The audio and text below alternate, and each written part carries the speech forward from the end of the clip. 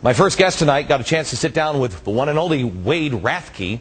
Last week, he sat down with a one-on-one exclusive with Acorn's founder, who is also the chief organizer for SEIU Local 100.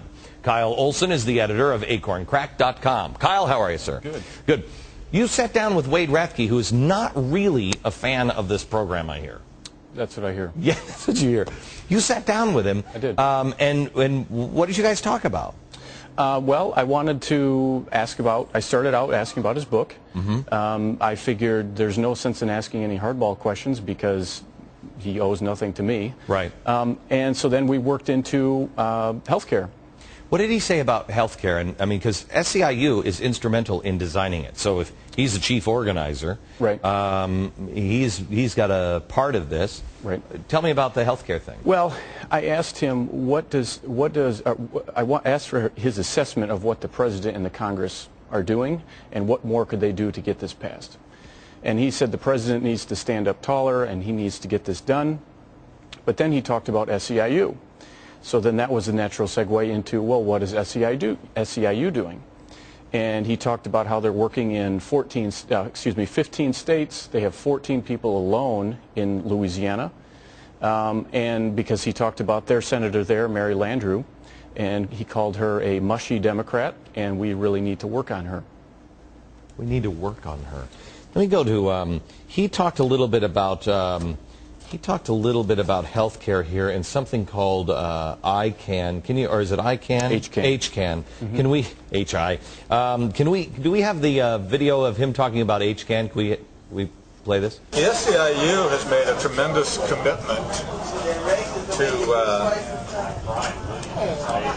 they have operations in about 15 or so states. Before I left, Acorn was part of something called HCAN, the HCAN campaign, which was multi-organizations, unions, and others. From everything I know, Acorn is still up to their eyeballs in it.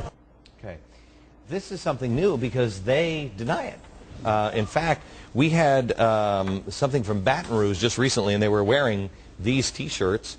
And they said, we called, and it was, what is it, Organizing for America? Yeah, Organizing for America, which is a Barack Obama Democratic. Correct. Okay.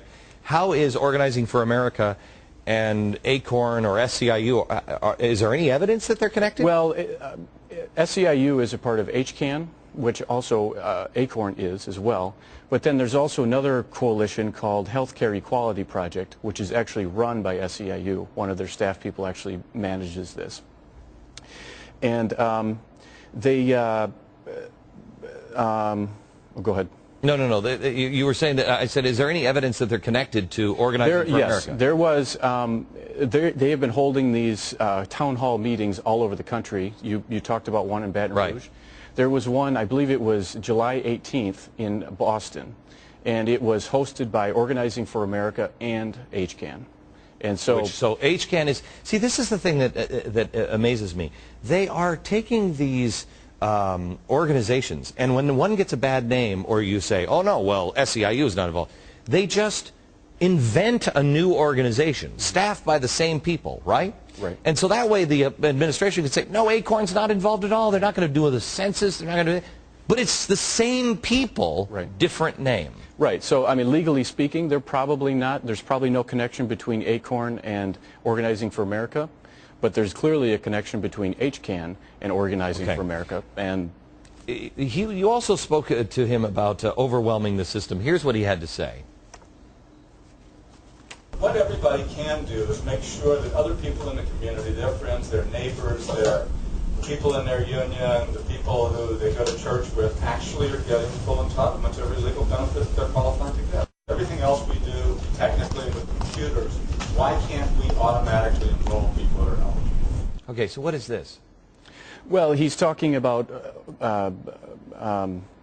overthrowing the system, basically. Yep. Overwhelming the system. And in the book, in his new book, Citizen Wealth, he talks about calling for troops in the 21st century war on poverty. Okay, wait a minute. What does he mean by troops?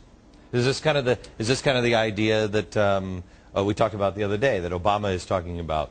Does he mention AmeriCorps in there? He mentions AmeriCorps. He mentions church groups. He mentions community groups, which I'm guessing is Acorn. Yeah. So church groups. I'm guessing it's just like your grandma's church or Jeremiah Wright's church. I'm not sure which one he would be talking about would be an army. And does he refer to it as an army or troops in the book? He refers to troops and soldiers. Okay. America, here's the one thing I want you to understand. When you're talking about overwhelming the system, and ask yourself, are you overwhelmed right now in what's going on? Is John Conyers overwhelmed with what's going on? When he says, well, I mean, what difference does it make? I can't read it in 2 days, so why don't I just sign it? Isn't that a sign of the system is overwhelmed? It doesn't work. Well, why would you ever want to overwhelm the system? Why would Wade Rathke say, hey, there's a lot of benefits out here, and we just got to get everybody on board for these benefits? Why would you want to do that? It's called the Cloward and Piven strategy. This is important that you understand.